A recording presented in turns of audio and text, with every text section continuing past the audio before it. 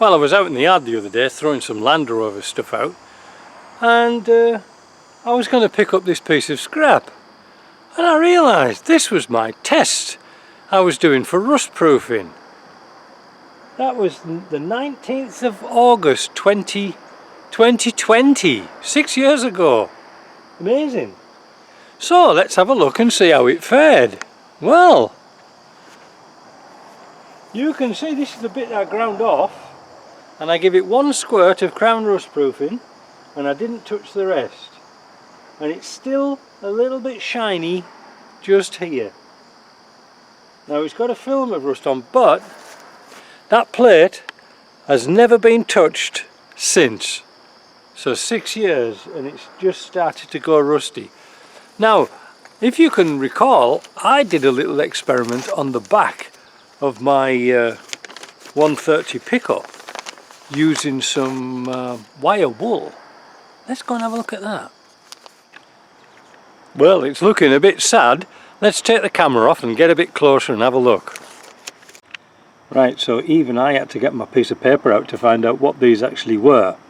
But it's interesting to see how they have survived.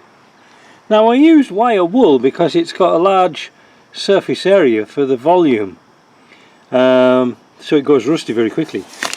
On this tie wrap here there was my control piece, which was an untreated piece of wire wool.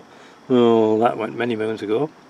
On here, on this cable tie, there was engine oil. It was dipped in engine oil. Well, that didn't last long either. This one is the Crown Rust Proofing, and you can still see it's a little bit silvery in places, but still a bit fragile.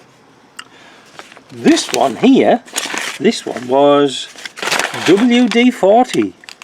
Not too good.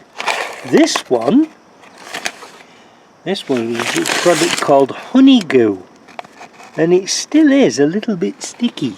But this one is the daddy of them all. Look at that one.